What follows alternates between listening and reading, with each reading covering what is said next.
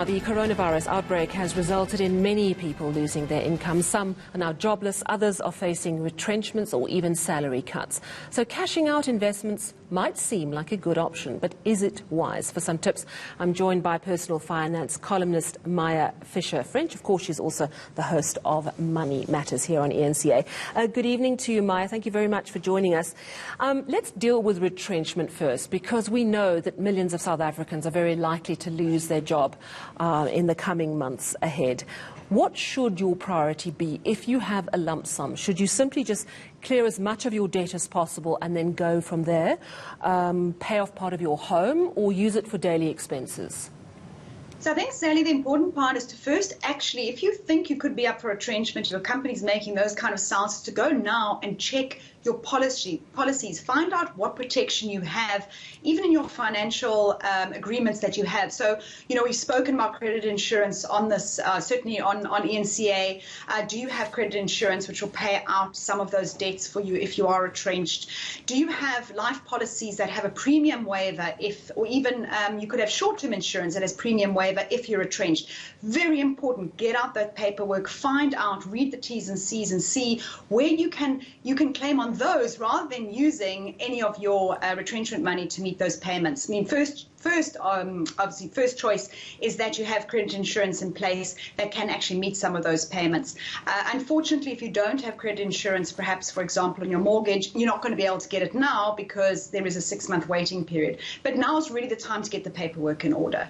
So I think that's the first step.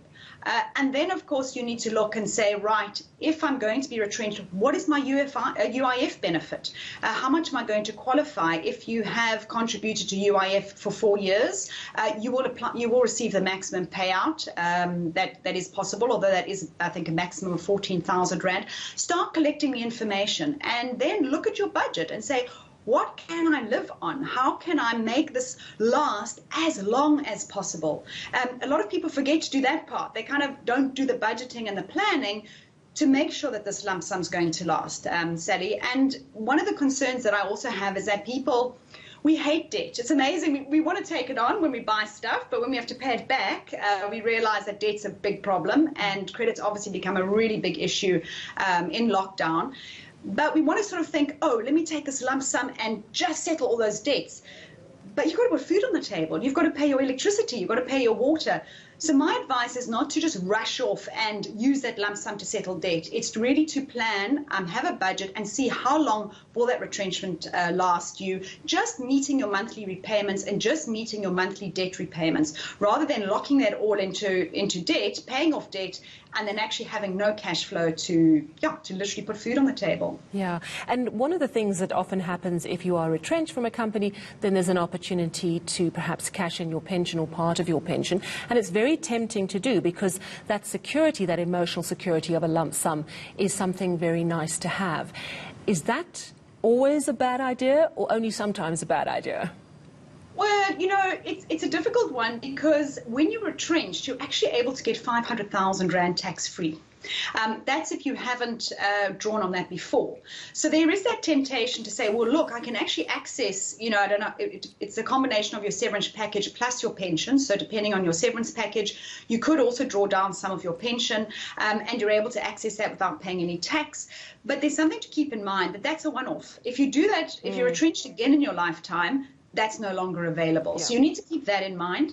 And I think if you do take that option and you say, well, let me extract some of my money now because I don't know what I'm going to need, at least keep that money invested somewhere so that that if you don't need it, you can at least continue to invest it for your retirement. So I think that's quite an important consideration as well. Don't draw on it and sort of blow it in the first 3 months. Draw on it and understand that you're kind of taking that because there's this tax option right now, but you're going to put it somewhere, even if it's in a fixed deposit, earning you a little bit of interest, and it's safe there should you need it. You know, Maya, there's much talk of the possibility of private pension funds being accessed and then being used to invest equity in Eskom and other state-owned enterprises. And there's a lot of concern that those funds might be accessed and then put into non-performing state-owned enterprises. I just want to ask you, how real is that possibility that that is going to happen in this country? Because obviously a lot of people are worried about their pensions and whether they'll be unwisely invested at the behest of government should laws change. You know, Sally, we've heard this word prescribed assets for quite a long time. I think specifically the ANC manifesto in 2019 came out saying they're going to investigate it. My reading of it is that there's almost an abuse of the word prescribed assets. And prescribed assets is literally what, by the way, the national government did. Everyone seems to forget that this is not a new idea. This is what happened under apartheid, is the national government had prescribed assets and they took money. Pensions were forced to invest in state-owned enterprises, and they received returns well below inflation. And that is something that I think many pensioners and pension members would not tolerate now, that if they were told they had to invest in Eskom and they were going to get a return below inflation, that would be, I mean, the feedback that I get back from the principal office, from the administrators, is that we would go to court, we would not allow this to happen.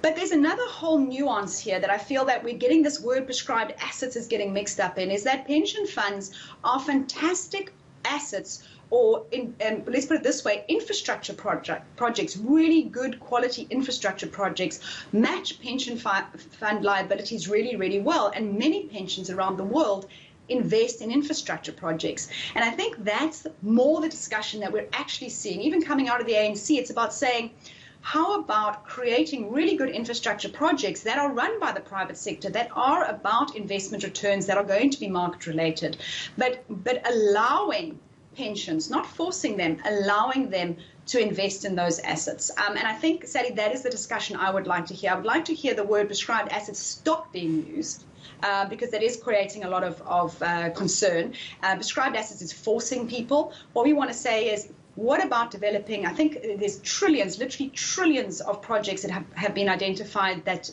the private sector and government could work together on.